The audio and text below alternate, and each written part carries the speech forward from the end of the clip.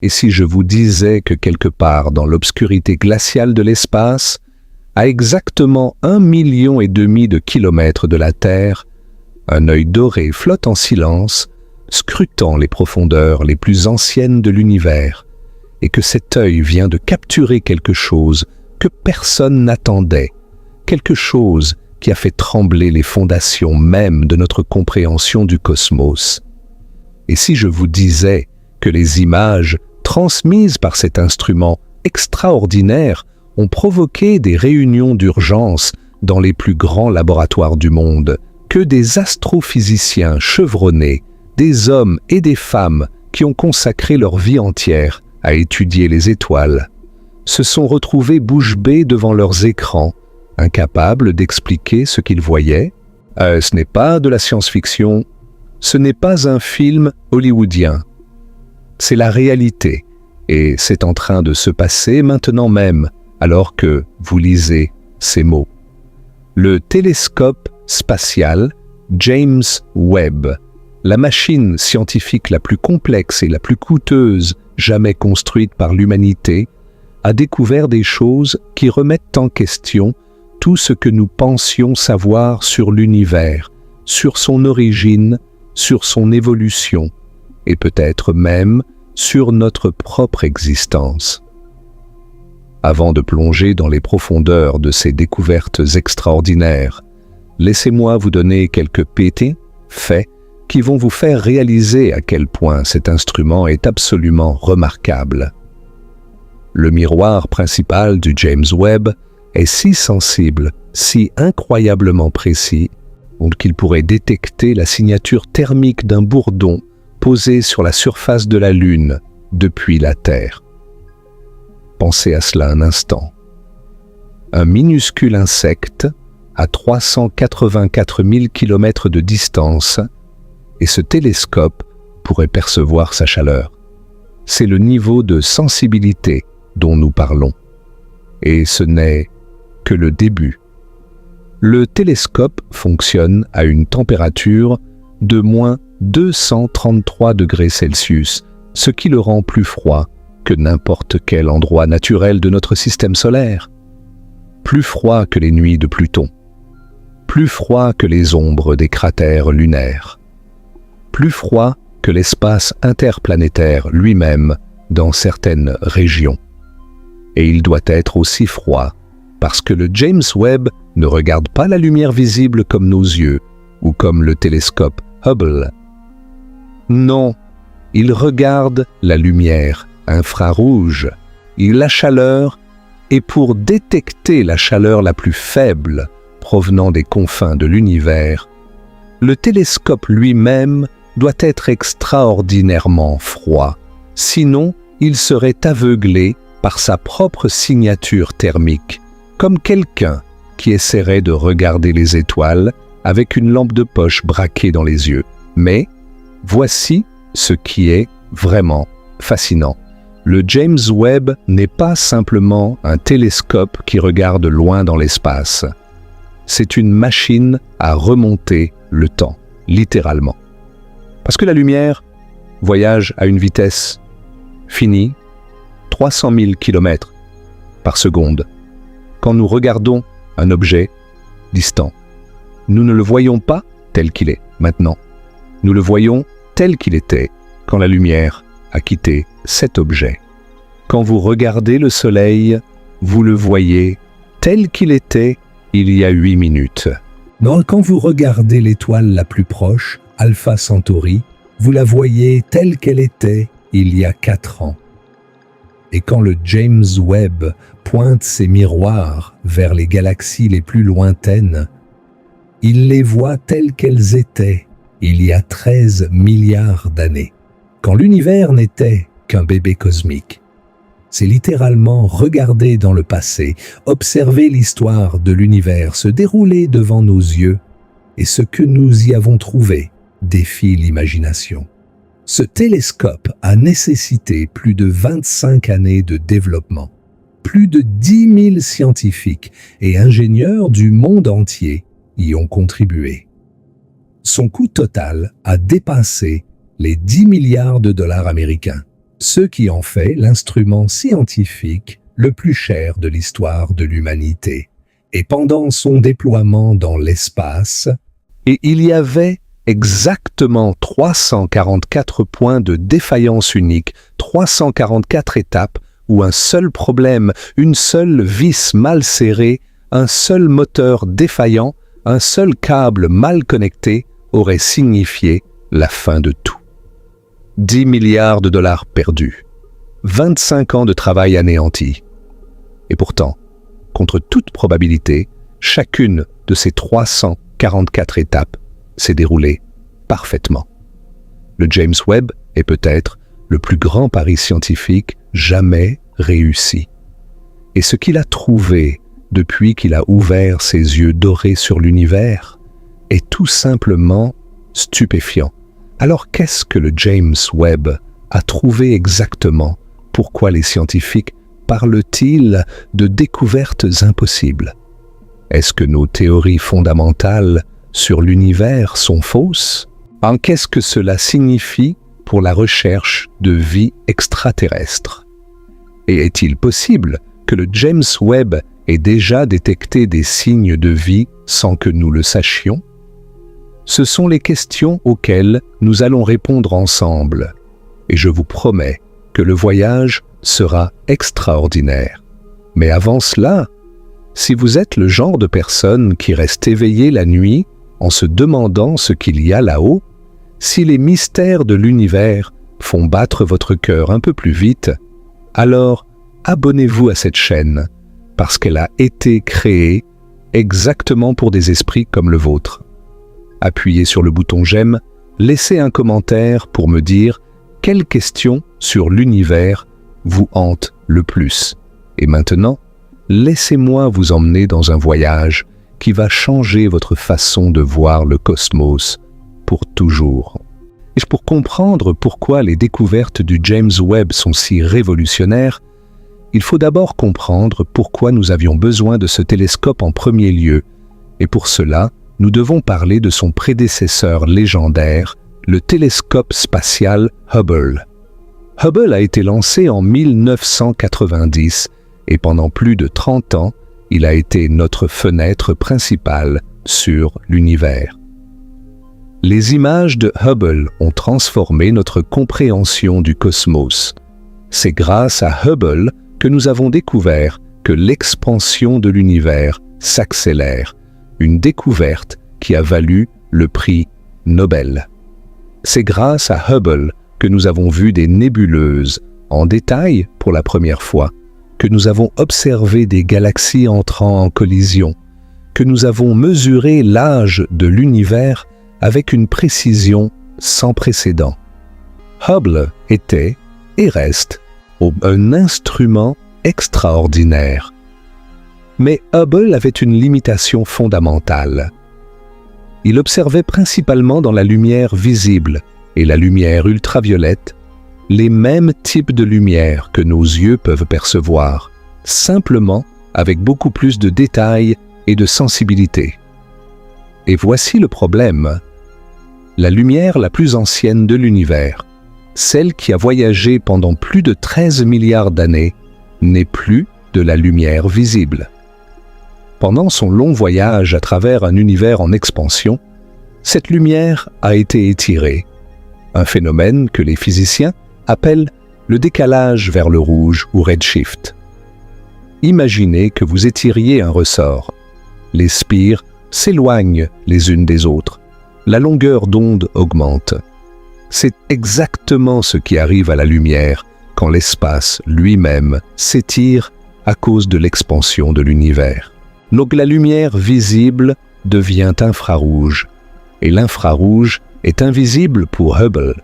C'est comme si quelqu'un avait arraché les 5 premiers chapitres d'un livre fascinant. Hubble pouvait lire le milieu et la fin de l'histoire cosmique, mais les tout premiers chapitres, ceux qui racontent comment tout a commencé, comment les premières étoiles se sont allumées, comment les premières galaxies se sont formées, ces chapitres restaient illisibles. Le James Webb a été conçu spécifiquement pour nous donner ces chapitres manquants. L'idée du James Webb est née en 1996, quand un groupe de scientifiques et d'ingénieurs a commencé à rêver du successeur de Hubble. À l'origine, le projet s'appelait le Next Generation Space Telescope, le télescope spatial de nouvelle génération, un nom fonctionnel mais peu inspirant. Il a ensuite été renommé en l'honneur de James Edwin Webb, l'administrateur de la NASA pendant l'ère Apollo, l'homme qui a supervisé les missions qui ont envoyé des êtres humains sur la Lune. C'était un choix de nom, à la fois honorifique et symbolique, car le James Webb Telescope allait lui aussi repousser les frontières de l'exploration humaine, non pas en envoyant des personnes dans l'espace, mais en envoyant nos yeux, nos sens technologiques, plus loin que jamais, dans les profondeurs du temps et de l'espace. Le défi d'ingénierie était colossal, peut-être le plus grand jamais entrepris dans l'histoire de l'exploration spatiale. Le miroir principal devait mesurer 6 mètres et demi de diamètre pour collecter suffisamment de lumière infrarouge, mais aucune fusée au monde n'avait une coiffe assez grande pour accueillir un miroir de cette taille. La solution était aussi élégante qu'audacieuse. Construire le miroir en 18 segments hexagonaux en beryllium recouverts d'or, le plier comme un origami cosmique, le placer dans la fusée et une fois dans l'espace, le déplier segment par segment avec une précision nanométrique. Chaque segment devait s'aligner avec les autres à une tolérance de 10 nanomètres, soit environ un 10 millième de l'épaisseur d'un cheveu humain. Et pourquoi l'or? Parce que l'or est un réflecteur presque parfait de la lumière infrarouge. Chaque segment est recouvert d'une couche d'or, si fine qu'elle ne pèse que quelques grammes. Mais cette couche est ce qui donne au James Webb sa capacité extraordinaire de capturer la lumière infrarouge la plus faible de l'univers. Et puis, il y avait le bouclier solaire, peut-être l'élément le plus critique et le plus terrifiant de tout le projet. Pour que les instruments du James Webb fonctionnent correctement, ils devaient être protégés de la chaleur du Soleil, de la Terre et de la Lune. Le bouclier solaire est composé de 5 couches de Kapton, un matériau incroyablement résistant, chaque couche plus fine qu'un cheveu humain, et l'ensemble déployé fait la taille d'un court de tennis.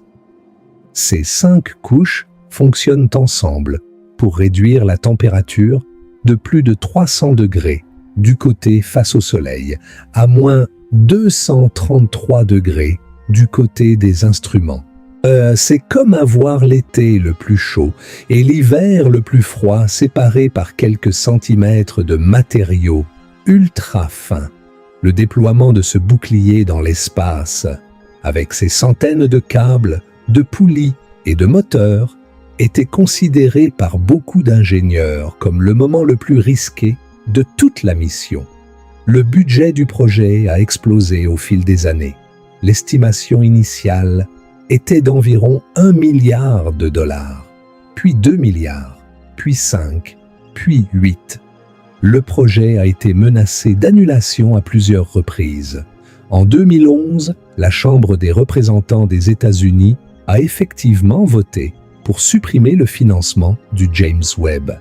C'est grâce à un effort de lobbying intense de la communauté scientifique et au soutien du Sénat que le projet a survécu. Le coût final a dépassé les 10 milliards de dollars. Oui, mais comme nous allons le voir, chaque centime a été justifié par ce que ce télescope a découvert. Le 25 décembre 2021, le jour de Noël, une fusée Ariane 5 s'est élancée depuis le centre spatial de Kourou, en Guyane française, emportant avec elle le télescope spatial James Webb. Le choix de la date n'était pas un hasard. Le jour de Noël, les opérations au centre de contrôle étaient réduites, ce qui signifiait moins de trafic de communication et une concentration maximale sur cette mission unique. La fusée Ariane 5, une contribution de l'Agence spatiale européenne au projet, a propulsé le James Webb vers sa destination avec une précision telle que le télescope a économisé une quantité significative de carburant, prolongeant potentiellement sa durée de vie opérationnelle bien au-delà des 10 ans initialement prévus, peut-être 20 ans ou même plus. Ce qui a suivi le lancement a été appelé les 30 jours de terreur. Pendant un mois entier, le James Webb a dû se déployer étape par étape, chaque étape représentant un point de défaillance potentiel. D'abord, les panneaux solaires se sont déployés pour alimenter le télescope en énergie. Puis, l'antenne de communication s'est orientée vers la Terre. Ensuite est venu le moment le plus angoissant, le déploiement du bouclier solaire. Pendant plusieurs jours, les ingénieurs au sol ont regardé, impuissants, alors que des centaines de mécanismes s'activaient en séquence pour déplier, étirer et tendre les 5 couches du bouclier. Chaque étape était suivie en temps réel, mais avec un délai de communication, ce qui signifiait que si quelque chose tournait mal, l'équipe ne le saurait que plusieurs secondes après, trop tard pour intervenir. Quand le bouclier solaire s'est finalement déployé avec succès, les applaudissements et les larmes ont rempli le centre de contrôle. Puis vinrent les miroirs. Les 2 ailes latérales du miroir principal se sont dépliées, chacune portant 3 segments hexagonaux. Les 18 segments se sont alignés avec la précision requise. Le James Webb avait survécu à ces 30 jours de terreur. Le pari le plus audacieux de l'histoire spatiale avait payé. La destination du James Webb n'était pas une orbite autour de la Terre, comme Hubble. Non, le Webb devait voyager beaucoup plus loin, jusqu'à un endroit très spécial dans l'espace appelé le point de Lagrange 2, ou L2. Pour comprendre ce qu'est un point de Lagrange, imaginez 2 corps massifs, le Soleil et la Terre, qui exercent leur attraction gravitationnelle dans l'espace autour d'eux. Il existe 5 points précis dans le système Soleil-Terre, où les forces gravitationnelles des 2 corps et la force centrifuge d'un objet en orbite s'équilibrent parfaitement. Ces points sont appelés les points de Lagrange, du nom du mathématicien franco-italien Joseph Louis Lagrange, qui les a calculés au XVIIIe siècle. Le point L, 2, se trouve à environ 1,5 million de kilomètres de la Terre, du côté opposé au Soleil. C'est l'endroit parfait pour le James Webb, parce qu'à cet emplacement, le Soleil, la Terre et la Lune sont tous du même côté du télescope. Le bouclier solaire peut donc bloquer simultanément la lumière et la chaleur de ces 3 sources, laissant le côté des instruments dans une obscurité et un froid absolu. Le James Webb ne tourne pas exactement au point L2 lui-même, mais orbite autour de ce point dans ce qu'on appelle une orbite de halo, un peu comme un danseur qui tournerait autour d'un point invisible dans l'espace.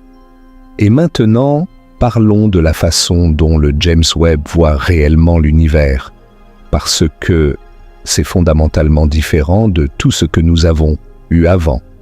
L'astronomie infrarouge est la spécialité du Webb, et c'est cette capacité qui le rend si puissant. L'infrarouge, c'est essentiellement de la chaleur rayonnée.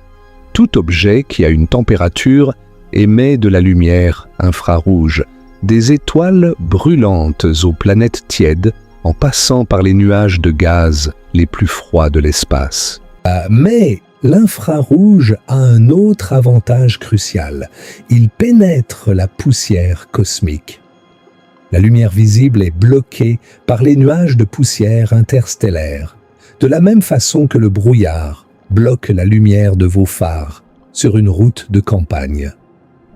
Mais l'infrarouge traverse cette poussière comme si elle n'existait pas, révélant ce qui se cache derrière, les étoiles en formation, les cœurs cachés des nébuleuses, les galaxies obscurcies par des rideaux de poussière cosmique.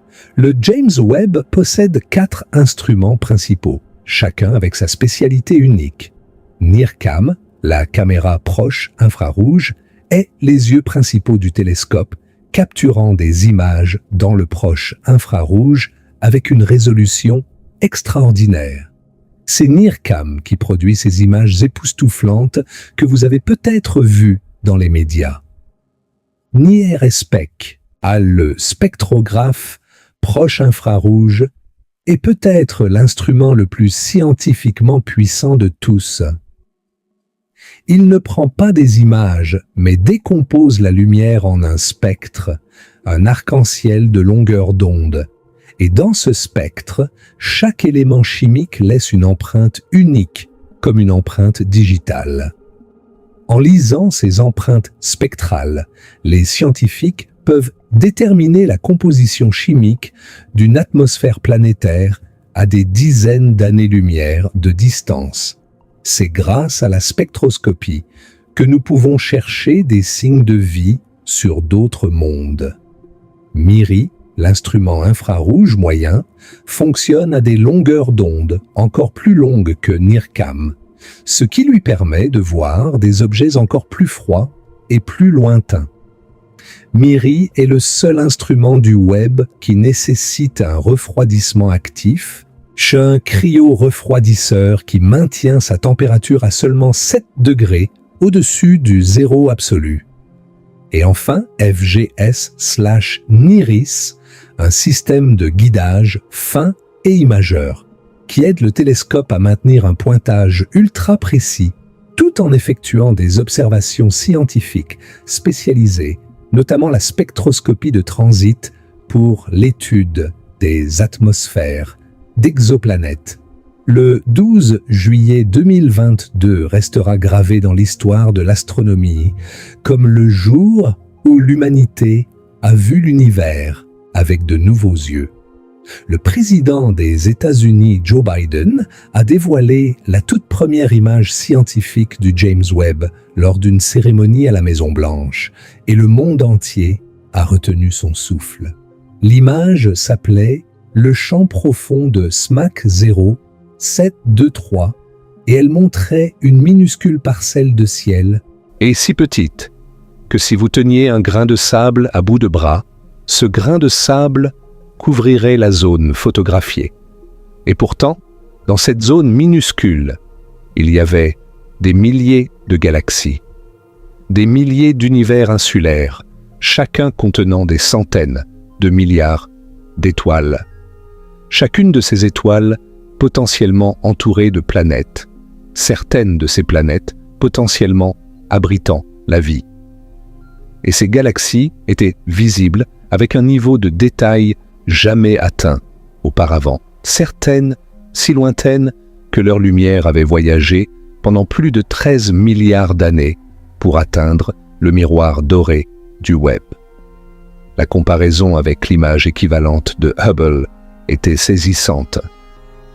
Là où Hubble avait dû regarder la même parcelle de ciel pendant des semaines pour accumuler suffisamment de lumière, et le James Webb avait capturé cette image en seulement 12 heures et demie, et le résultat était incomparablement plus détaillé, plus profond, plus révélateur.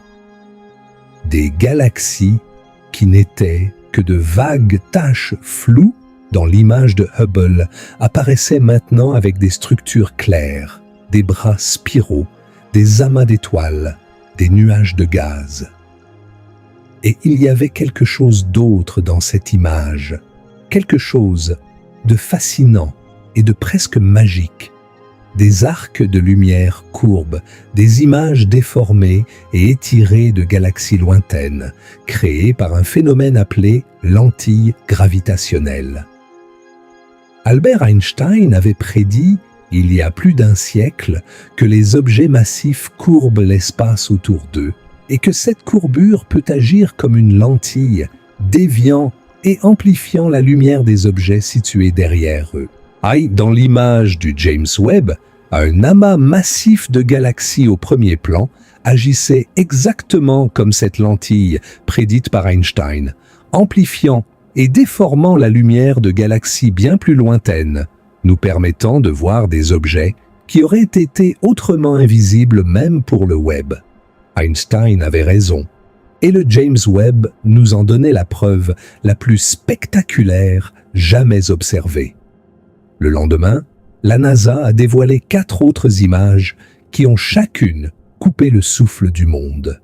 Les falaises cosmiques de la nébuleuse de la Carène ressemblaient à un paysage montagneux baigné dans une lumière dorée et bleutée. Mais ces montagnes n'étaient pas faites de roches. Elles étaient faites de gaz et de poussière, sculptées par le rayonnement ultraviolet intense des jeunes étoiles massives situées au-dessus du cadre de l'image. C'est la hauteur de ces falaises cosmiques, environ 7 années-lumière, soit environ 66 000 milliards de kilomètres. Et nichées dans les replis de ces nuages, cachés derrière des voiles de poussière que Hubble n'avait jamais pu pénétrer, le Webb a révélé des dizaines de bébés étoiles, certaines entourées de disques de matière, à partir desquels des systèmes planétaires étaient en train de se former à ce moment précis. Nous assistions littéralement à la naissance d'étoiles et de systèmes solaires, un processus qui se déroule sur des millions d'années capturées en un seul instant cosmique. Le quintet de Stephan a offert un spectacle d'un genre différent, mais tout aussi spectaculaire. 5 galaxies apparemment proches les unes des autres dans le ciel, dont 4 sont réellement en interaction gravitationnelle, dansant un ballet cosmique qui finira par les fusionner en une seule galaxie géante. Le James Webb a capturé cette interaction avec une clarté sans précédent, montrant des ponts de matière arrachés entre les galaxies, des ondes de choc produites par la collision de gaz intergalactiques et des flambées de formations stellaires déclenchées par les forces de marée gravitationnelle. Ce que nous voyions dans cette image n'était pas seulement beau, c'était un aperçu de l'avenir lointain de notre propre galaxie, la Voie lactée, qui entrera en collision avec la galaxie d'Andromède dans environ 4 milliards et demi d'années. Notre propre danse cosmique est inévitable, et le quintet de Stephan nous montre à quoi elle pourrait ressembler. La nébuleuse de l'anneau austral a offert une surprise que personne n'attendait. Cette nébuleuse planétaire et le nuage de gaz expulsé par une étoile mourante étaient bien connus des astronomes. Mais quand le James Webb l'a observé en infrarouge, il a révélé quelque chose que 30 ans d'observation avec d'autres télescopes n'avaient pas détecté. Il n'y avait pas une étoile au centre, mais 2. La deuxième étoile, cachée derrière la poussière et invisible en lumière visible, était en réalité responsable de la forme complexe de la nébuleuse. Cette découverte a immédiatement changé notre compréhension de la façon dont les nébuleuses planétaires se forment et évoluent. Et elle contenait un message plus profond. Nous sommes littéralement faits de poussière, d'étoiles mortes. Les éléments lourds forgent dans les entrailles d'étoiles comme celle-ci, le carbone, l'azote, l'oxygène, le fer, sont dispersés dans l'espace quand l'étoile meurt. Et ces éléments finissent par former de nouvelles étoiles, de nouvelles planètes et éventuellement de nouvelles formes de vie. Chaque atome de votre corps a été forgé dans le cœur d'une étoile qui a vécu et est morte bien avant que notre Soleil ne naisse. Le James Webb en étudiant la mort des étoiles, étudie en réalité notre propre origine. Et puis, il y a eu le spectre atmosphérique de WASP 96b, une exoplanète géante gazeuse chaude, située à environ 1150 années-lumière de la Terre.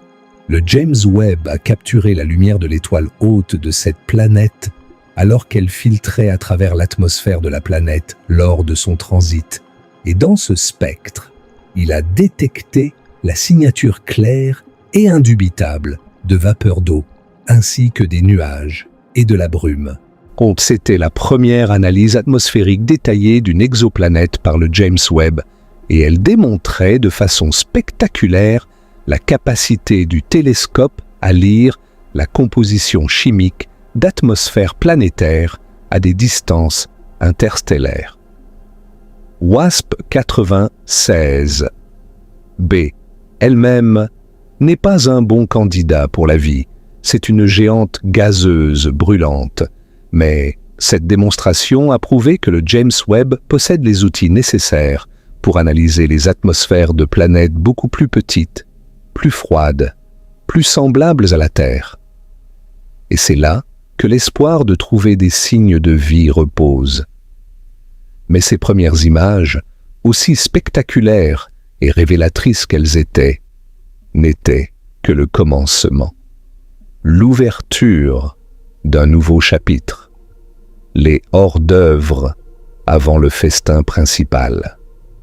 Parce que ce que le James Webb a découvert ensuite, dans les mois et les années qui ont suivi, est quelque chose qui a véritablement ébranlé les fondations de la cosmologie moderne. Quelque chose d'étrange, de déroutant et de potentiellement révolutionnaire. Et c'est là que notre histoire devient vraiment fascinante. Imaginez que vous êtes un cosmologiste. Vous avez passé votre carrière entière à construire et à affiner un modèle de l'univers, un modèle qui explique comment les galaxies se sont formées et ont évolué au fil des milliards d'années. Ce modèle, appelé le modèle Lambda CDM pour Lambda Cold Dark Matter, est le modèle standard de la cosmologie. Il a été testé, vérifié et confirmé par des décennies d'observations avec de multiples télescopes et instruments. Il est considéré comme l'un des triomphes de la science moderne. Et selon ce modèle, l'univers a commencé avec le Big Bang il y a environ 13 milliards 800 millions d'années. Dans les premières centaines de millions d'années, les premières étoiles se sont formées, petites et isolées, dans des halos de matière noire. Ces petites structures se sont lentement fusionnées, comme des ruisseaux qui se joignent pour former des rivières, puis des fleuves. Les petites galaxies ont fusionné pour former des galaxies plus grandes. Le processus était lent, graduel, hiérarchique. Les galaxies massives et matures, comme notre Voie lactée, n'auraient pas dû apparaître avant des milliards d'années après le Big Bang. C'était le modèle. C'était ce que tout le monde croyait. Et puis, le James Webb a ouvert les yeux, a regardé dans le passé, le plus lointain, et a trouvé quelque chose qui n'aurait pas dû être là. Dans les premières données du James Webb, les astronomes ont commencé à identifier des galaxies à des distances stupéfiantes, des galaxies existant quand l'univers n'avait que 300 à 500 millions d'années. Ce n'était pas en soi une surprise. Le Webb avait été conçu pour trouver ces objets lointains. Ce qui était choquant, ce qui a fait tomber les mâchoires dans les laboratoires du monde entier, c'est que ces galaxies n'étaient pas les petites structures embryonnaires que le modèle prédisait. Elles étaient massives, structurées, matures. Certaines contenaient autant d'étoiles que notre propre Voie lactée, une galaxie qui a eu 13 milliards d'années pour accumuler ses étoiles. Ces galaxies anciennes avaient apparemment accompli la même chose en quelques centaines de millions d'années. C'est comme si vous visitiez une maternité et que vous y trouviez des adultes entièrement développés au lieu de nouveau-nés. Quelque chose ne collait pas. Quelque chose ne collait pas du tout. Des galaxies portant des noms de catalogue comme Glass-Z13, Ceers-93, 1316, et d'autres avec des décalages vers le rouge supérieur à 10 ont commencé à apparaître dans les données. Le décalage vers le rouge, ou redshift, est la mesure que les astronomes utilisent pour déterminer la distance et donc l'âge cosmique d'un objet. Plus le décalage vers le rouge est élevé, plus l'objet est lointain et plus nous le voyons tôt dans l'histoire de l'univers. Un décalage vers le rouge de 10 correspond à une époque où l'univers n'avait que quelques centaines de millions d'années. Un bébé cosmique. Et pourtant, ces galaxies à haut décalage vers le rouge montraient des caractéristiques qui, selon nos modèles, n'auraient pas dû exister à cette époque. Elles étaient trop massives, trop brillantes, trop structurées, trop tôt. En février 2023, une équipe de scientifiques a publié un article dans la revue Nature, l'une des revues scientifiques les plus prestigieuses au monde, annonçant la découverte de 6 galaxies massives qui, selon leurs mots, brisaient la cosmologie. Ces galaxies contenaient autant d'étoiles que la Voie lactée, mais elles existaient quand l'univers n'avait que 3% de son âge actuel. Pour mettre cela en perspective, c'est comme si l'univers était une personne de 100 ans et ces galaxies étaient des adultes pleinement formés alors que cette personne n'avait que 3 ans. Les chercheurs ont écrit et je cite, que nous nous attendions à trouver de minuscules galaxies bébés et qu'à la place, nous avons trouvé des géantes matures. Si ces observations sont confirmées, cela signifie que nos modèles de formation des galaxies sont fondamentalement incomplets, voire incorrects. Mais pourquoi est-ce un si grand problème? Pour comprendre la gravité de cette situation, il faut apprécier à quel point le modèle standard de la cosmologie est ancré dans notre compréhension de l'univers. Le modèle lambda CDM n'est pas simplement une théorie parmi d'autres, c'est le cadre dans lequel presque toute l'astrophysique moderne fonctionne. Il est basé sur la relativité générale d'Einstein, sur les observations du fond diffus cosmologique, sur les mesures de la distribution des galaxies à grande échelle, sur les études des supernovae distantes et sur bien d'autres piliers observationnels. Remettre en question ce modèle, ce n'est pas comme remettre en question une hypothèse mineure. C'est comme tirer sur un fil qui est tissé dans l'ensemble du tissu de notre compréhension cosmique. Si les galaxies se sont formées beaucoup plus rapidement que prévu, cela a des implications en cascade sur presque tout ce que nous pensons savoir sur l'univers. Plusieurs explications ont été proposées pour résoudre ce mystère, et chacune d'entre elles est fascinante à sa manière. La première possibilité est que les étoiles se sont formées beaucoup plus rapidement dans l'univers primitif que nous ne le pensions. Peut-être que les conditions dans les premiers milliards d'années étaient radicalement différentes de ce que nous avions supposé, avec des nuages de gaz plus denses, des taux de refroidissement plus efficaces et des processus de formation stellaire plus intenses. Si c'est le cas, les galaxies auraient pu assembler leurs étoiles en un temps record, pas en violant les lois de la physique, mais en exploitant des conditions que nous n'avions pas correctement modélisées.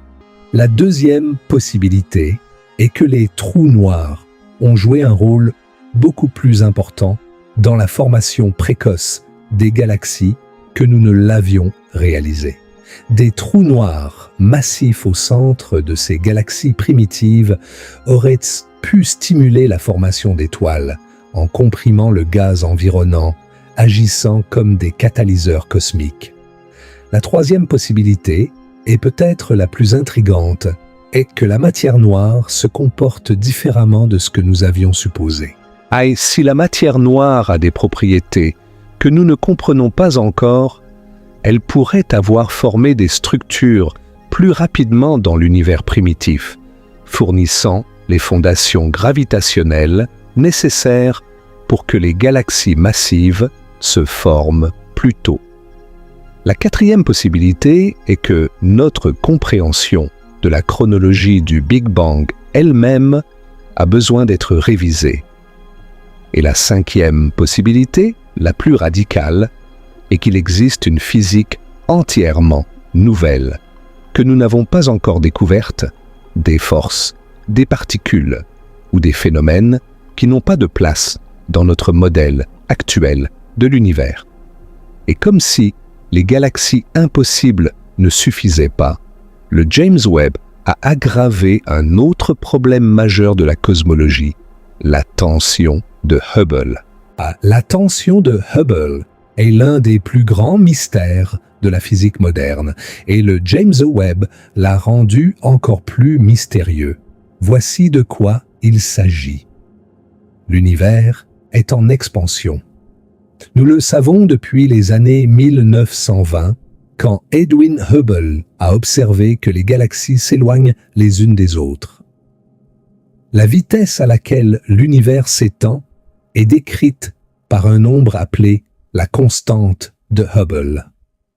Mesurer précisément cette constante est l'un des objectifs les plus importants de la cosmologie, parce que cette valeur nous dit l'âge de l'univers, sa taille et son destin ultime. Le problème est que quand nous mesurons la constante de Hubble de deux façons différentes, nous obtenons deux réponses différentes, et ces deux réponses ne sont pas compatibles. La première méthode consiste à regarder le fond diffus cosmologique et la lumière résiduelle du Big Bang, captée avec une précision extraordinaire par le satellite Planck de l'Agence spatiale européenne. En analysant les minuscules fluctuations de température dans cette lumière ancienne, les physiciens peuvent calculer la constante de Hubble. Cette méthode donne une valeur d'environ 67 km par seconde par mégaparsec. La deuxième méthode consiste à regarder l'univers local en utilisant des étoiles variables appelées céphéides et des explosions stellaires appelées supernovae de type 1A comme étalon de distance. En mesurant la luminosité et la distance de ces objets, les astronomes peuvent calculer directement le taux d'expansion de l'univers dans notre voisinage cosmique. Cette méthode donne une valeur d'environ 73 km par seconde par mégaparsec. C'est que la différence peut sembler petite, mais elle est statistiquement significative, bien au-delà de la marge d'erreur des deux mesures. Et c'est un problème énorme, parce que ces deux méthodes devraient donner la même réponse. Si elles ne le font pas, cela signifie soit que l'une des mesures est fausse, soit que notre modèle de l'univers est incomplet. Pendant des années, certains scientifiques espéraient que le désaccord était dû à des erreurs de mesure dans la méthode locale. Les céphéides sont difficiles à mesurer avec précision, et peut-être que les calibrations étaient légèrement fausses. Le James Webb a éliminé cet espoir. Grâce à sa résolution et sa sensibilité supérieure dans l'infrarouge, le Webb a mesuré les céphéides avec une précision sans précédent et le résultat est clair. La mesure locale n'est pas due à une erreur. La tension est réelle. Les deux méthodes donnent réellement des résultats différents et notre meilleur télescope a confirmé que ce n'est pas un artefact de mesure. Cela signifie que quelque chose dans notre compréhension de l'univers est fondamentalement incomplet. Peut-être que la matière noire a des propriétés que nous ne soupçonnons pas. Peut-être que l'énergie noire n'est pas constante comme nous le supposons. Peut-être qu'il existe une nouvelle force de la nature, une force que nous n'avons pas encore détectée, qui accélère l'expansion de l'univers d'une manière que nos modèles ne prennent pas en compte. C'est l'une des questions les plus profondes de la physique moderne, et le James Webb vient de la rendre encore plus urgente. Maintenant, je veux que vous preniez un moment pour réfléchir à ce que nous venons de discuter. Nous avons construit un télescope. Nous l'avons envoyé à 1,5 million de kilomètres dans l'espace. Et dès sa première année d'opération, il a trouvé des choses qui remettent en question les fondements mêmes de la cosmologie. Des galaxies qui ne devraient pas exister. Un taux d'expansion de l'univers qui ne correspond pas. Des structures massives et matures, là où il ne devrait y avoir que des embryons cosmiques. Si cela ne vous bouleverse pas l'esprit, je ne sais pas ce qu'il fera, et j'aimerais savoir ce que vous en pensez. Laissez un commentaire ci-dessous. Dites-moi quelle est votre théorie. Est-ce que nos modèles sont faux, ou est-ce qu'il y a quelque chose de totalement nouveau qui attend d'être découvert? Et si vous appréciez cette plongée profonde dans les mystères de l'univers, appuyez sur le bouton « J'aime ». Et cela ne prend qu'une seconde, mais cela aide énormément cette chaîne à vous apporter plus de contenu comme celui-ci. Maintenant, accrochez-vous parce que la prochaine découverte est encore plus étrange. Les trous noirs, ces monstres cosmiques, ces points de non-retour dans le tissu de l'espace-temps, ces objets si denses que même la lumière ne peut leur échapper. Nous pensions les comprendre assez bien. Nous savions comment ils se forment, nous savions comment ils grandissent, nous avions des modèles précis de leur évolution. Et puis, le James Webb a tourné ses miroirs dorés vers l'univers primitif, et tout ce que nous pensions savoir sur les trous noirs a été remis en question, parce que le Webb a trouvé des trous noirs supermassifs, des trous noirs contenant des millions, voire des milliards de masses solaires. Ils étaient dans des galaxies qui existaient quand l'univers n'avait que quelques centaines de millions d'années. Et le problème, le vrai problème, c'est qu'il n'y a aucun moyen, selon nos modèles actuels, que ces trous noirs aient pu devenir si massifs si rapidement. Pour comprendre pourquoi c'est un problème, il faut comprendre comment les trous noirs sont censés se former et grandir.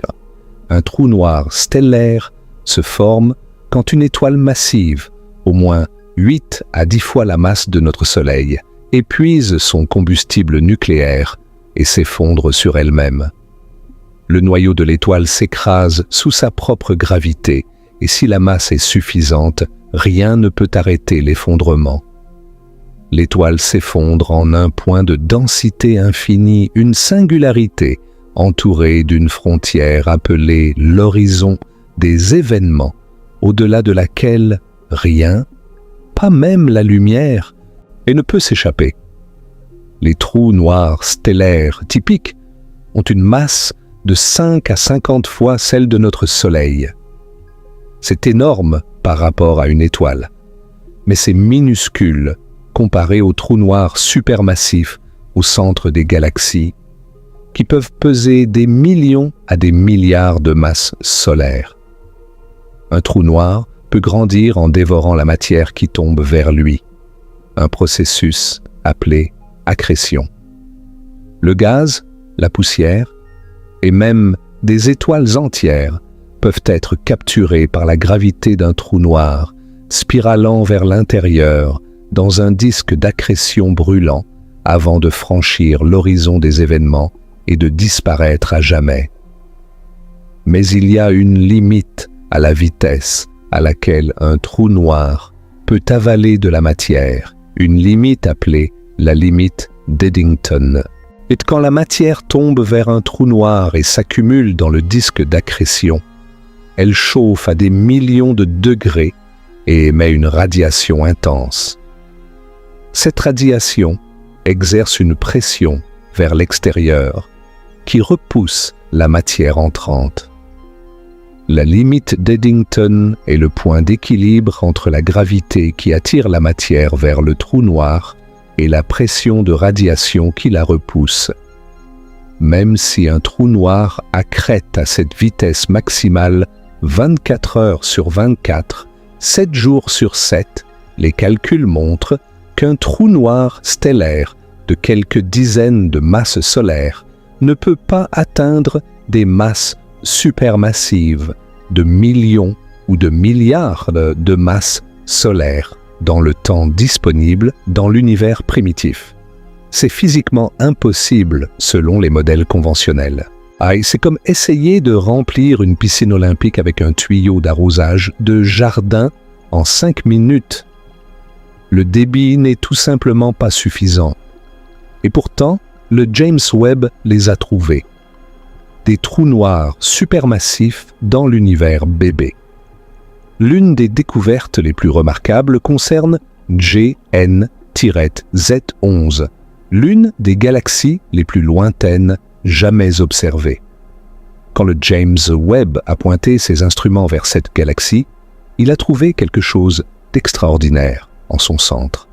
Un trou noir supermassif actif, dévorant de la matière à une vitesse phénoménale.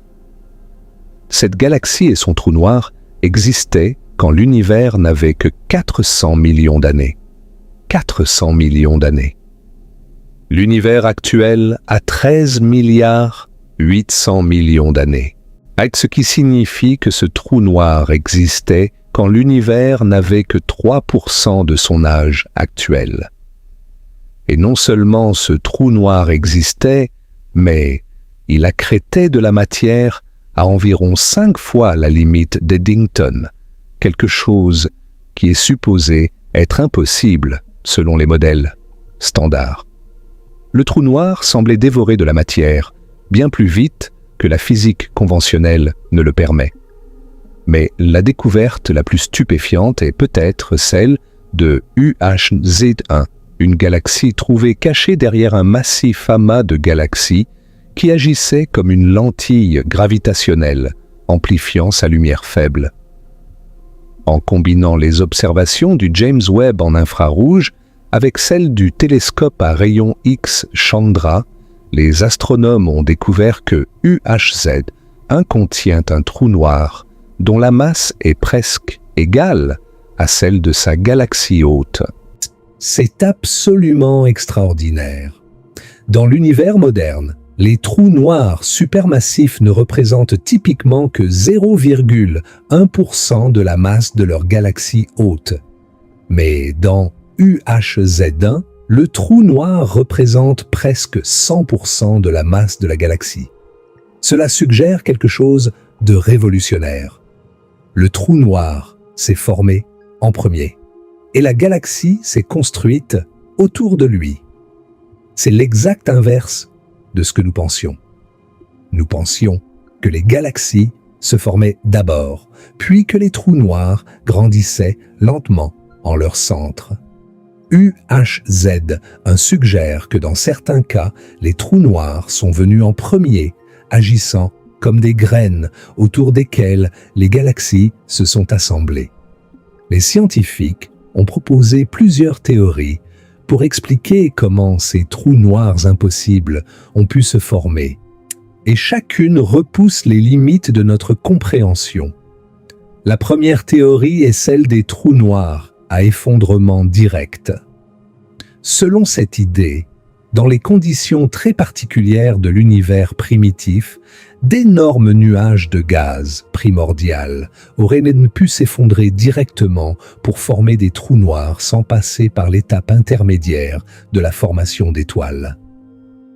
Ces trous noirs dits à effondrement direct auraient pu avoir des masses initiales de 10 000 à 100 000 masses solaires, ce qui leur aurait donné une longueur d'avance considérable dans la course pour devenir supermassifs. Au lieu de commencer comme un trou noir stellaire de quelques dizaines de masses solaires et de devoir croître d'un facteur de millions, ils auraient commencé déjà massifs et n'auraient eu qu'à croître d'un facteur de quelques milliers. C'est comme la différence entre commencer une course automobile au point de départ et commencer à mi-parcours. La deuxième théorie propose que, dans certaines conditions extrêmes, les trous noirs peuvent temporairement dépasser la limite d'Eddington, un phénomène appelé accrétion super-Eddington. Si le gaz tombe vers le trou noir de façon suffisamment rapide et chaotique, la géométrie du flux d'accrétion peut changer, permettant à une partie de la radiation de s'échapper dans des directions spécifiques plutôt que de repousser uniformément la matière entrante. C'est un peu comme un barrage qui déborde. La pression d'eau devient si intense que l'eau trouve des voies alternatives pour s'écouler, permettant un débit bien supérieur à ce que le barrage est censé contrôler. La troisième théorie est celle des trous noirs primordiaux. Il y a une idée qui nous ramène directement au Big Bang lui-même. Selon cette hypothèse, des fluctuations de densité extrêmes dans les tout premiers instants de l'univers, peut-être même pendant la phase d'inflation cosmique, auraient pu créer des trous noirs de masse variée, certains potentiellement très massifs, dès les premières fractions de seconde après le Big Bang.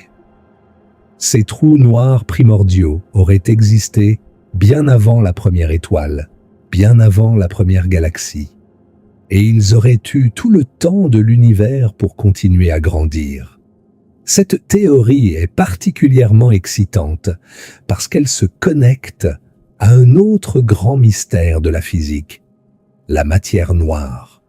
Certains physiciens ont proposé que les trous noirs primordiaux pourraient y constituer une partie, voire la totalité, de la matière noire que nous détectons dans l'univers, mais que nous n'avons jamais pu identifier directement.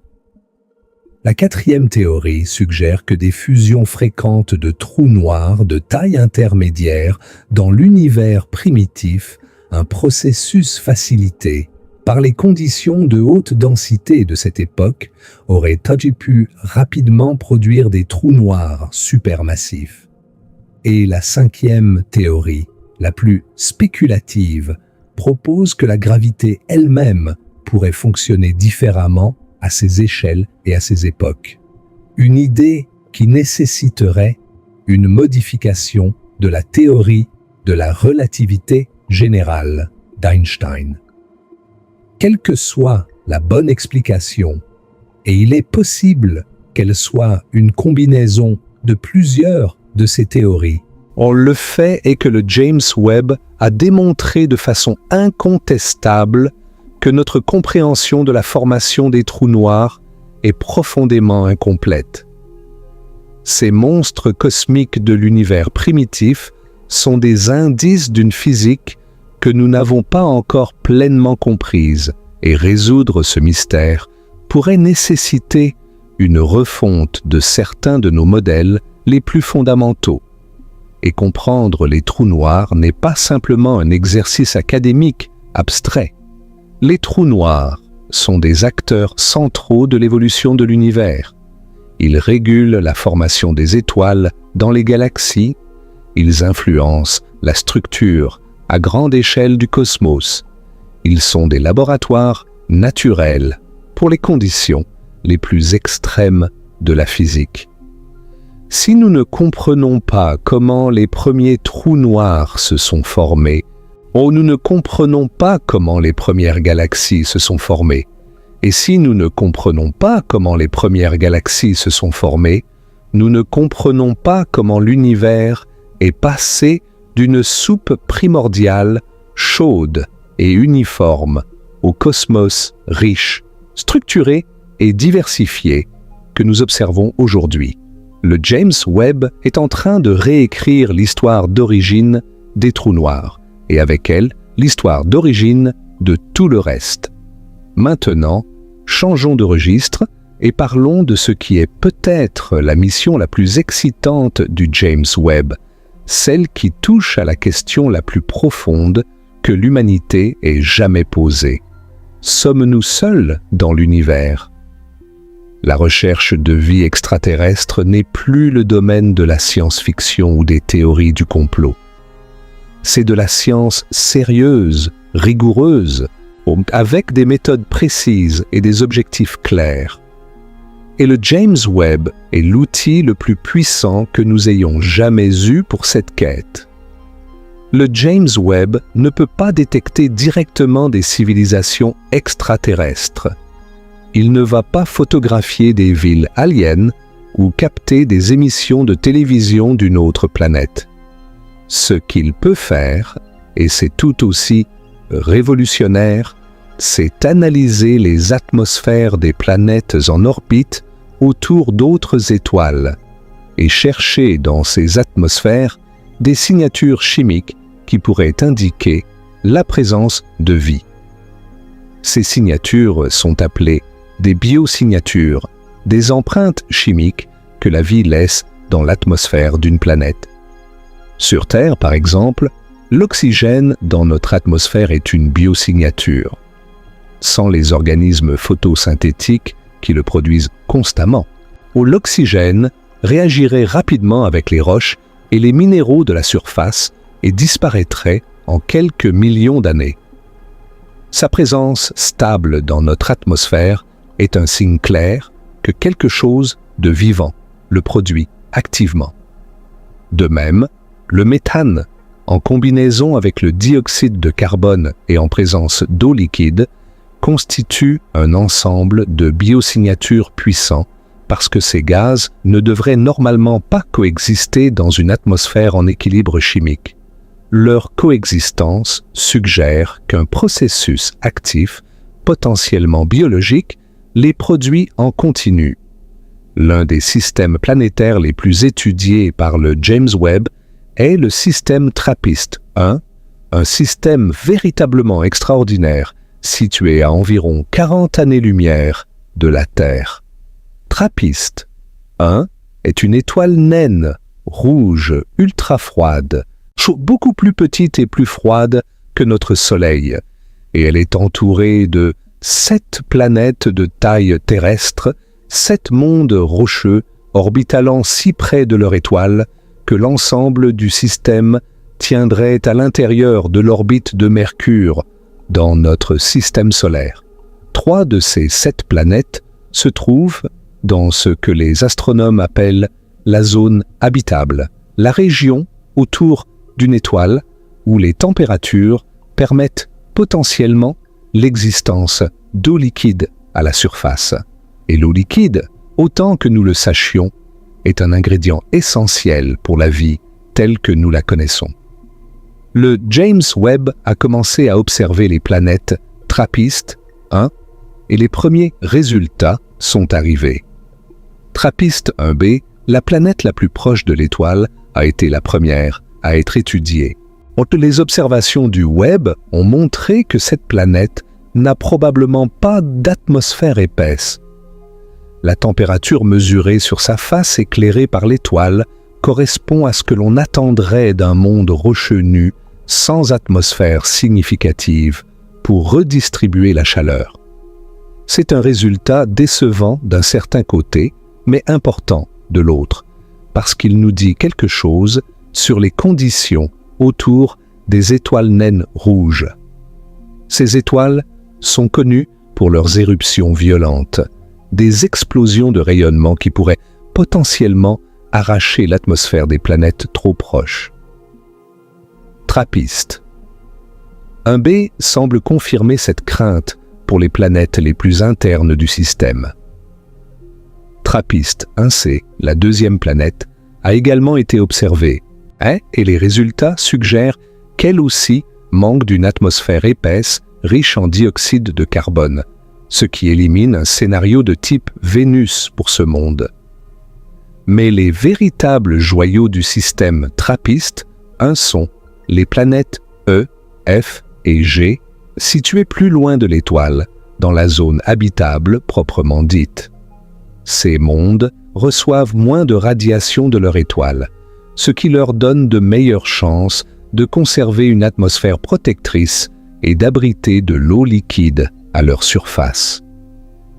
Le James Webb a déjà commencé à observer ces planètes, et les résultats sont attendus avec une anticipation fébrile par la communauté scientifique.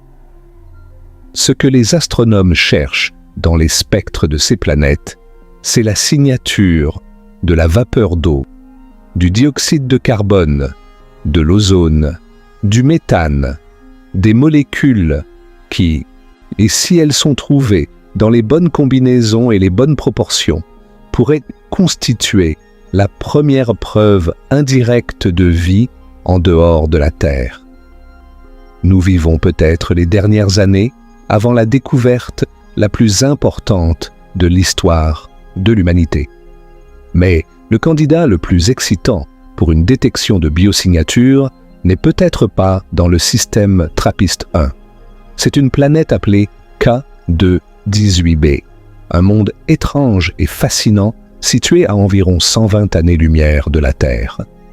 K2-18b est ce qu'on appelle un sous-Neptune, une planète plus grande que la Terre, mais plus petite que Neptune, un type de planète qui n'existe pas dans notre propre système solaire.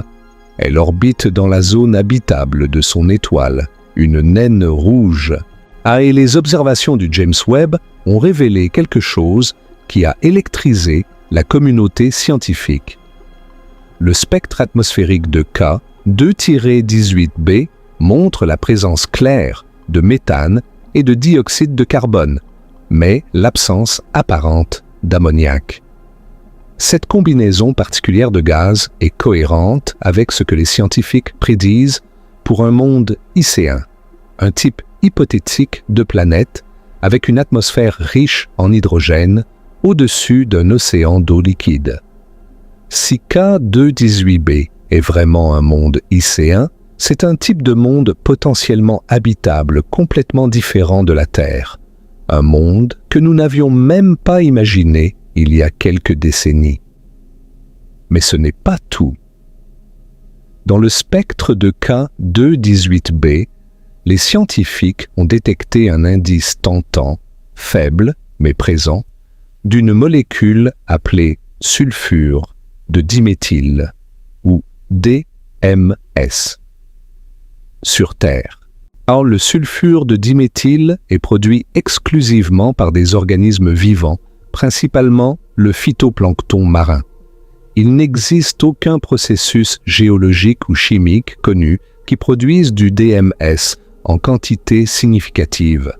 Si la détection de DMS dans l'atmosphère de K2-18b est confirmée, cela constituerait le premier indice chimique direct de vie biologique sur un autre monde.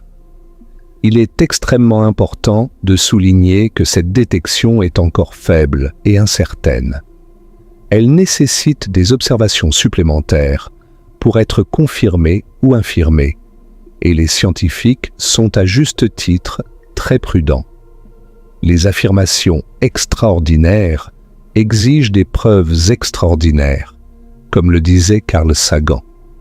Des observations supplémentaires du James Webb sont déjà planifiées pour K2-18b.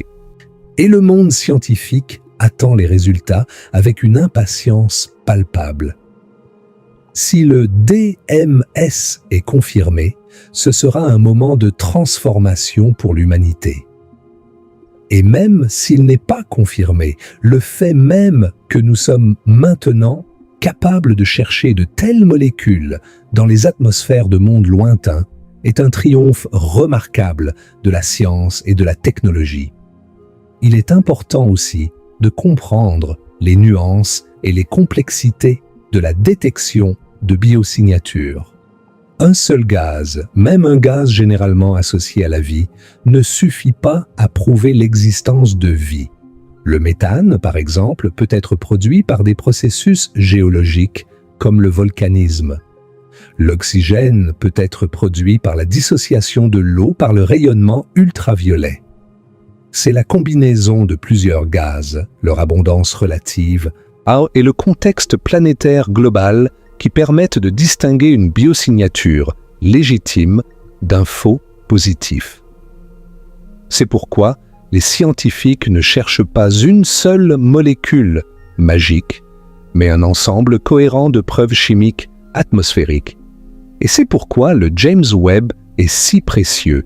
Sa capacité spectroscopique lui permet d'analyser simultanément de nombreuses molécules dans une atmosphère, offrant une image chimique globale plutôt qu'un seul indice isolé. Au-delà de la recherche de biosignatures, le James Webb a révolutionné notre compréhension des atmosphères exoplanétaires de façon spectaculaire. WASP-39b, une géante gazeuse chaude, a fourni le spectre atmosphérique le plus détaillé jamais obtenu pour une exoplanète.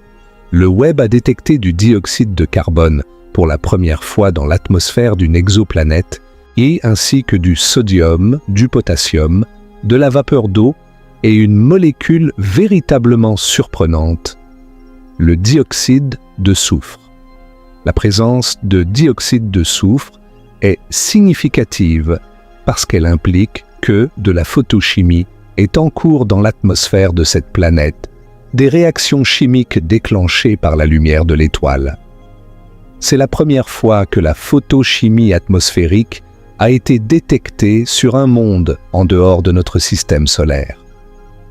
WASP-107b, un autre monde gazeux, a surpris les scientifiques par sa faible teneur en méthane et par la détection de nuages de sable, des nuages faits de grains de silicate flottant dans une atmosphère d'hydrogène et d'hélium, un concept qui défie notre intuition terrestre. GJ486b, une super-Terre rocheuse, a montré des indices de vapeur d'eau, mais les scientifiques débattent encore pour savoir si cette vapeur provient de l'atmosphère de la planète elle-même ou de l'atmosphère de l'étoile hôte, une distinction cruciale.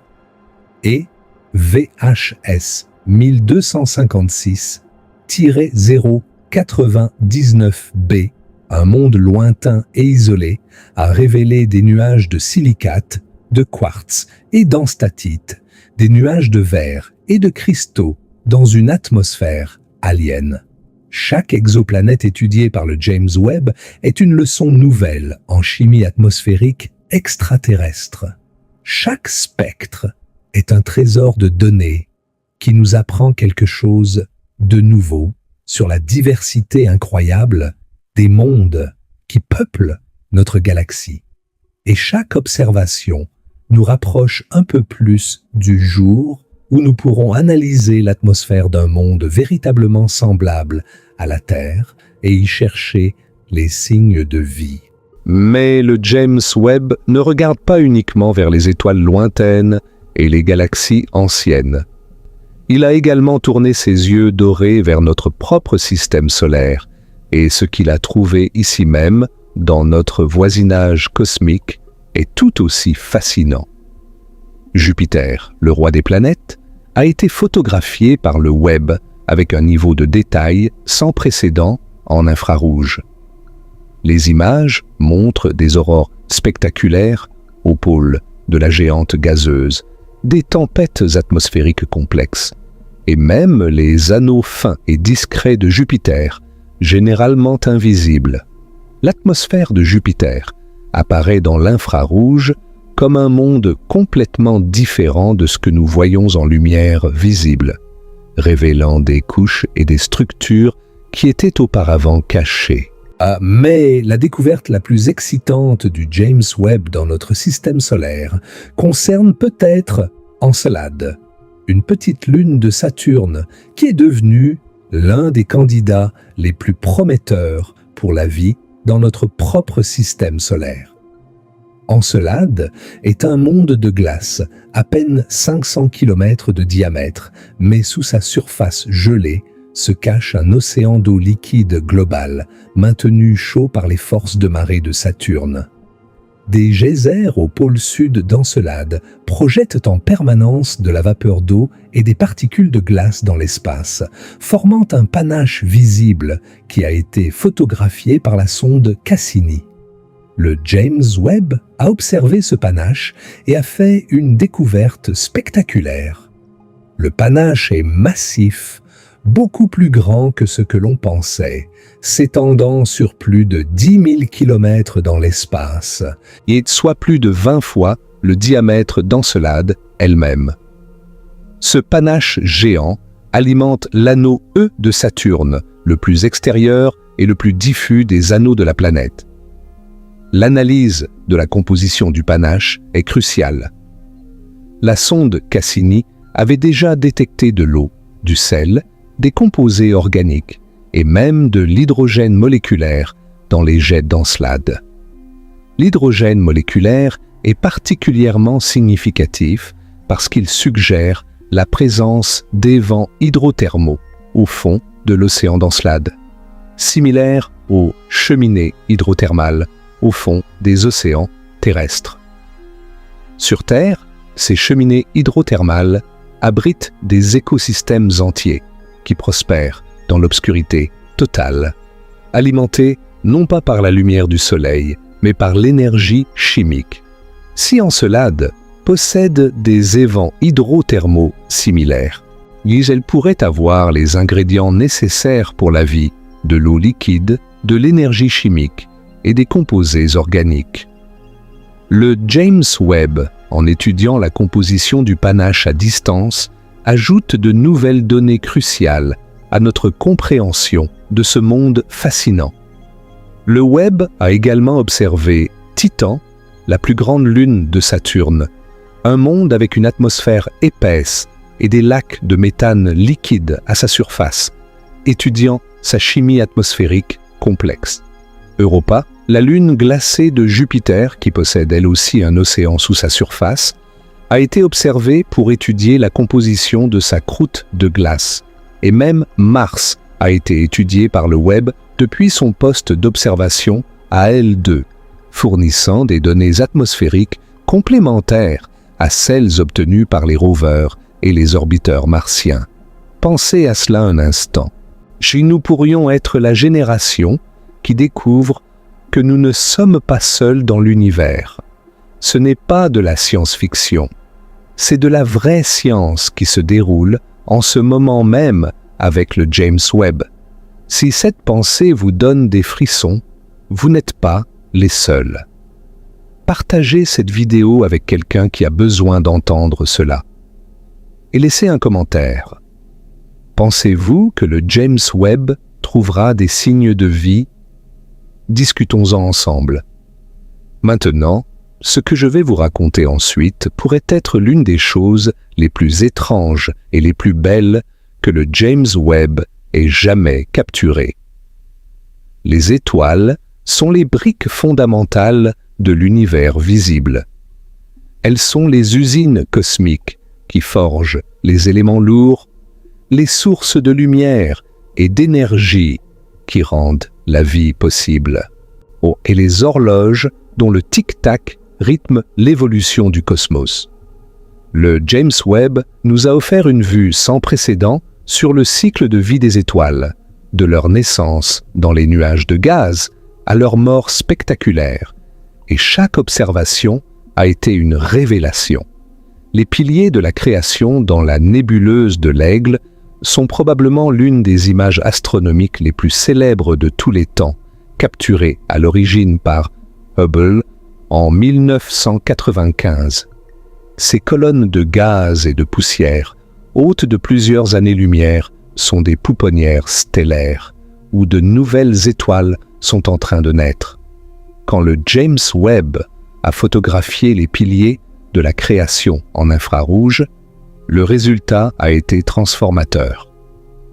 Là où Hubble voyait des colonnes opaques de poussière, le Webb voyait à travers elles, révélant les jeunes étoiles cachées à l'intérieur. Des dizaines d'étoiles nouveau-nées sont apparues, certaines encore enveloppées dans des cocons de gaz, d'autres projetant des jets de matière à des vitesses de centaines de kilomètres par seconde, des jets qui sculptent l'environnement autour d'elles. La comparaison entre l'image de Hubble et celle du Webb est saisissante.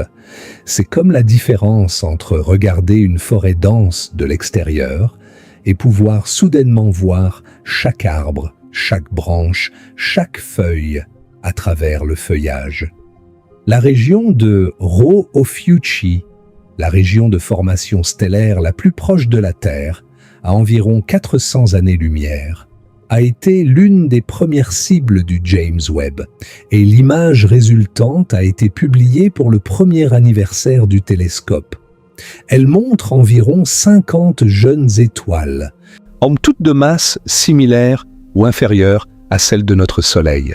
Certaines de ces étoiles sont entourées de disques protoplanétaires, des disques de gaz et de poussière, à partir desquels des systèmes planétaires sont en train de se former en ce moment même. Nous regardons littéralement la naissance d'autres systèmes solaires, d'autres mondes qui pourraient un jour abriter la vie. Certaines de ces étoiles n'ont que quelques millions d'années, des bébés cosmiques dans un univers de 13 milliards 800 millions d'années. L'image est baignée d'une lumière chaude et dorée, avec des jets de matière stellaire illuminant le gaz environnant, comme des projecteurs dans un théâtre cosmique. Mais si la naissance des étoiles est spectaculaire, leur mort l'est tout autant, sinon plus. Le James Webb a capturé l'image infrarouge la plus détaillée jamais prise du rémanent de supernova Cassiopée A, les débris en expansion d'une étoile massive qui a explosé il y a environ 340 ans, dont la lumière est arrivée sur Terre vers l'an 1680. L'image du Webb est un chef-d'œuvre scientifique et esthétique. Des filaments de matière éjectés, chacun composé d'éléments différents, sont visibles en détail exquis. Du silicium, de l'oxygène, de l'argon, du néon. Chaque élément brille dans sa propre couleur infrarouge, créant une carte chimique de la mort stellaire. Et au milieu de cette complexité, le Webb a révélé une structure qui n'avait jamais été vue auparavant, une formation verdâtre que les astronomes ont surnommée le monstre vert. Cette structure, dont l'origine exacte fait encore l'objet d'études, pourrait être liée à l'interaction entre l'onde de choc de la supernova et le matériau circumstellaire préexistant. Cassiopée A est bien plus qu'un beau spectacle. C'est un laboratoire qui nous montre comment les supernovae dispersent les éléments lourds dans l'espace interstellaire. Les éléments qui deviendront les ingrédients de nouvelles étoiles, de nouvelles planètes et potentiellement de nouvelles formes de vie. Et puis, il y a SN 1987A, la supernova la plus proche observée à l'époque moderne, qui a explosé dans le grand nuage de Magellan, une galaxie satellite de la Voie lactée, en 1987. Depuis près de 40 ans, les astronomes cherchaient le résidu compact que cette supernova aurait dû laisser derrière elle, une étoile à neutrons, un objet d'une densité inimaginable, une cuillère à café de sa matière, pesant autant qu'une montagne. Mais cette étoile à neutrons restait introuvable, cachée derrière des nuages de poussière si épais que ni la lumière visible ni même les rayons X ne pouvaient la pénétrer. Le James Webb, avec sa vision infrarouge perçante, a trouvé des indices forts de la présence de cette étoile à neutrons détectant des signatures spectrales d'argon ionisé qui ne pouvaient être produites que par le rayonnement intense d'un objet compact au centre du rémanent. Après presque 4 décennies de mystère, le web est en train de résoudre l'une des questions les plus persistantes de l'astrophysique des supernovae. Les étoiles Wolf-Rayet représentent l'un des spectacles les plus dramatiques du cosmos. Et le James Webb en a capturé un exemple magnifique avec WR-124, une étoile massive en phase terminale, située à environ 15 000 années-lumière de la Terre. Les étoiles Wolf-Rayet sont des étoiles géantes qui sont entrées dans les dernières étapes de leur existence, éjectant leurs couches extérieures dans l'espace à des vitesses phénoménales, créant des nébuleuses spectaculaires de gaz et de poussière autour d'elles. R124 a déjà perdu l'équivalent de 10 masses solaires de matériaux, formant un halo de poussière cosmique qui s'étend sur plusieurs années-lumière autour d'elle. L'image du James Webb montre cette étoile condamnée, entourée de son linceul de poussière en détail exquis, chaque nuage et chaque filament visible avec une clarté sans précédent.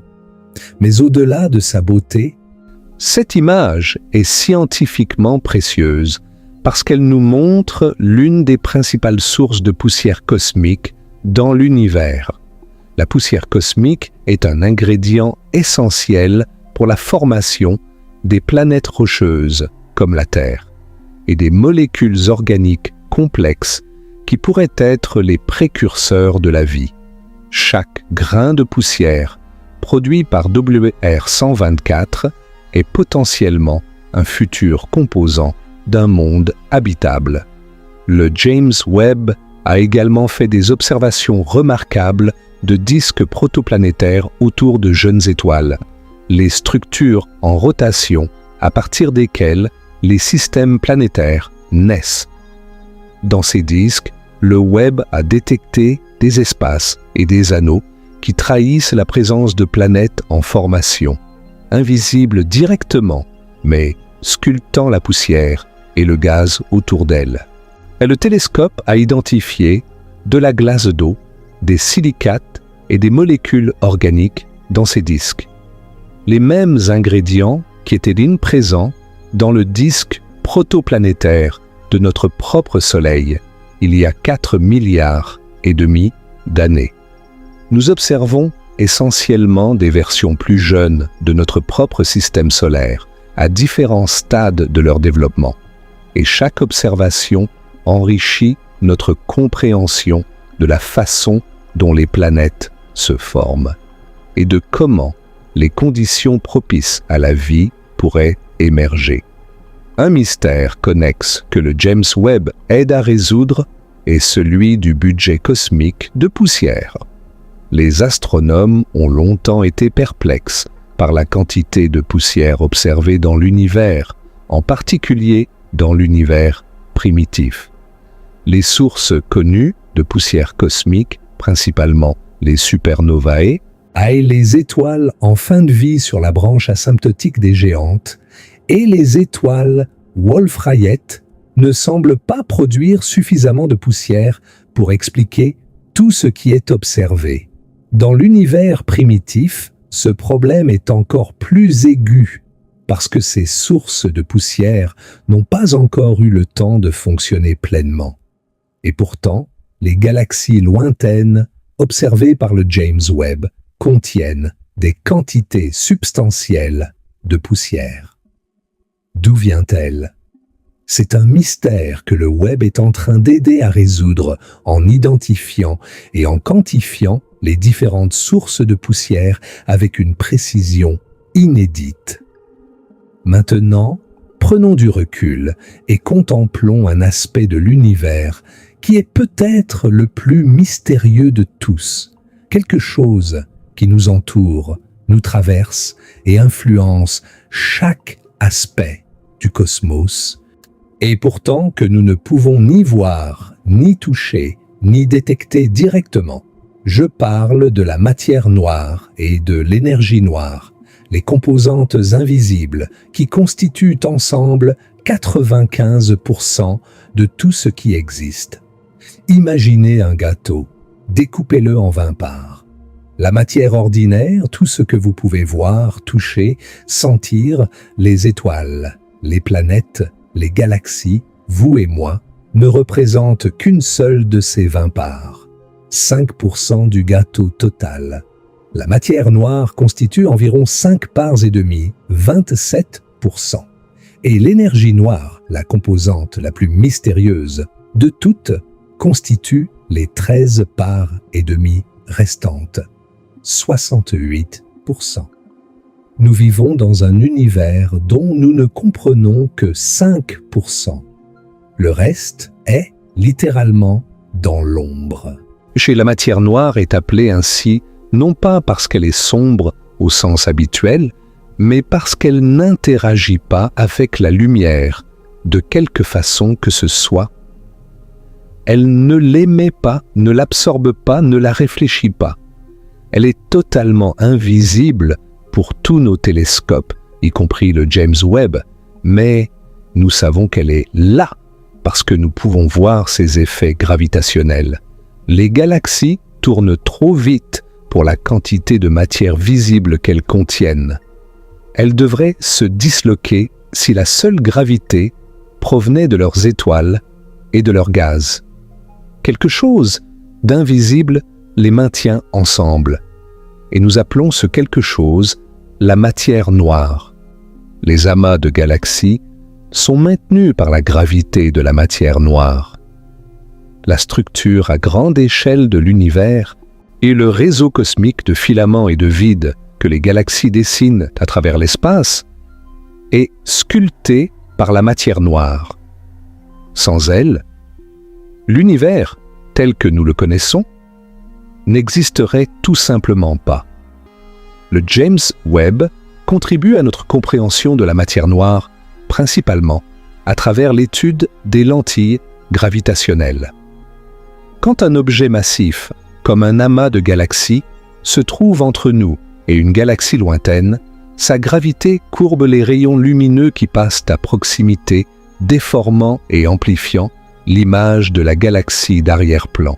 En étudiant précisément la forme et l'amplitude de cette déformation, les scientifiques peuvent cartographier la distribution de toute la masse présente dans l'amas, y compris la matière noire invisible. Le James Webb, avec sa résolution et sa sensibilité sans précédent, a produit les cartes les plus détaillées jamais réalisées de la distribution de matière noire dans les amas de galaxies. Et ces cartes révèlent des détails fascinants. Certaines observations du James Webb ont montré des distributions de matière noire qui ne correspondent pas parfaitement aux prédictions de nos modèles. Certaines petites galaxies semblent contenir très peu de matière noire. Ce qui est étrange parce que dans le modèle standard, toutes les galaxies se forment à l'intérieur de halos de matière noire. D'autres galaxies semblent en avoir trop par rapport à leur masse stellaire. Ces anomalies ne sont pas nécessairement des preuves que le modèle standard est faux. Elles pourraient refléter des processus astrophysiques complexes que nos simulations ne capturent pas encore correctement. Oh, mais elles ajoutent de nouvelles pièces à un puzzle qui est loin d'être résolu. L'énergie noire est un mystère encore plus profond que la matière noire. En 1998, 2 équipes d'astronomes ont fait une découverte qui a stupéfié le monde scientifique. L'expansion de l'univers ne ralentit pas, comme tout le monde s'y attendait, elle accélère. Quelque chose, une force ou une propriété de l'espace lui-même, pousse l'univers à s'étendre de plus en plus vite. Cette force mystérieuse a été appelée énergie noire, et malgré des décennies de recherche, nous ne savons toujours pas ce qu'elle est. La théorie la plus simple proposée par Einstein lui-même sous le nom de constante cosmologique suggère que l'énergie noire est une propriété intrinsèque de l'espace vide, une énergie du vide qui produit une pression négative, une force répulsive qui contrecarre la gravité à grande échelle. Mais il existe d'autres théories, certaines proposant que l'énergie noire évolue dans le temps, changeant de force au fil des milliards d'années. Le James Webb contribue à cette recherche en fournissant des mesures de distance ultra précises pour des objets lointains. En combinant les données du Webb avec celles d'autres instruments, comme le DESI, le Dark Energy Spectroscopic Instrument, les scientifiques peuvent contraindre les modèles d'énergie noire avec une précision sans précédent. Et des résultats récents ont ajouté une nouvelle couche d'intrigue à ce mystère. Des analyses combinées de plusieurs ensembles de données suggèrent que l'énergie noire pourrait ne pas être constante, c'est qu'elle pourrait évoluer dans le temps. Si c'est le cas, cela aurait des implications profondes pour le destin ultime de l'univers. Si l'énergie noire est constante, l'univers continuera à s'étendre de plus en plus vite. Les galaxies s'éloigneront les unes des autres, les étoiles finiront par s'éteindre une à une, et l'univers sombrera lentement dans un froid éternel, un scénario appelé la mort thermique ou le grand gel. Si l'énergie noire augmente avec le temps, l'expansion pourrait devenir si violente qu'elle déchirerait tout. D'abord les amas de galaxies, puis les galaxies individuelles, puis les systèmes solaires, puis les planètes, puis les atomes eux-mêmes, dans un cataclysme appelé le grand déchirement. Et si l'énergie noire diminue ou change de signe, l'expansion pourrait s'inverser, et ramenant tout l'univers vers un point unique dans un grand écrasement, peut-être suivi d'un nouveau Big Bang dans un cycle éternel de création et de destruction. Le destin de l'univers dépend littéralement du comportement de l'énergie noire, et le James Webb est l'un des instruments qui nous aide à déterminer lequel de ces scénarios se réalisera. Nous vivons dans l'âge d'or de la cosmologie, une époque où les questions les plus profondes sur l'origine, l'évolution et le destin de l'univers sont enfin à portée de nos instruments. Les années 2024 et 2025 ont apporté une moisson continue de découvertes extraordinaires du James Webb, chacune ajoutant de nouvelles pièces au puzzle cosmique. Le télescope est entré dans ses cycles d'observation 2 et 3, avec des programmes scientifiques de plus en plus ambitieux et ciblés. De nouvelles atmosphères exoplanétaires ont été analysées, élargissant notre catalogue de mondes chimiquement caractérisés. Les résultats sur les galaxies primitives ont été affinés avec des confirmations spectroscopiques qui ont validé certaines des découvertes initiales les plus spectaculaires, tout en révisant d'autres à la baisse.